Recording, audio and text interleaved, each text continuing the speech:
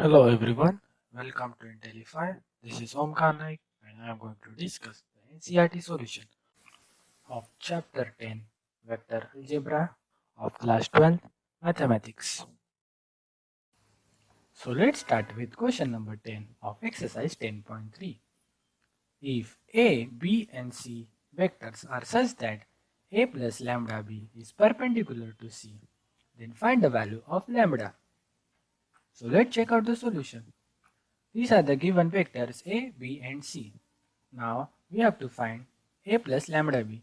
So A plus lambda B will be equal to 2i plus 2j plus 3k plus lambda into minus I plus 2j plus k. So in addition we'll get 2 minus lambda I plus 2 plus 2 lambda j and plus 3 plus lambda k. Now it is given that A plus lambda B is perpendicular to vector C. So by the property, we know that if two vectors are perpendicular, their product is 0. So as A plus lambda B is perpendicular to C, therefore A plus lambda B into C will be equal to 0. Now substitute the value of A plus lambda B and vector C. So we'll get A plus lambda B as 2 minus lambda I plus 2 plus 2 lambda j plus 3 plus lambda k into vector C, that is 3i plus j equals to 0.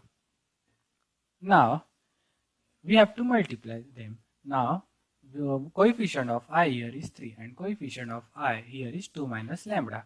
So 2 minus lambda into 3 plus coefficient of j here is 2 plus 2 lambda and here coefficient of j is 1.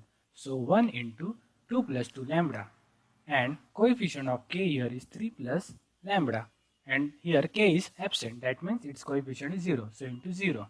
So we will get finally 6 minus 3 lambda plus 2 lambda equals to 0. That is minus lambda plus 8 equals to 0. Therefore lambda equals to 8. Therefore the required value of lambda is 8. Thank you.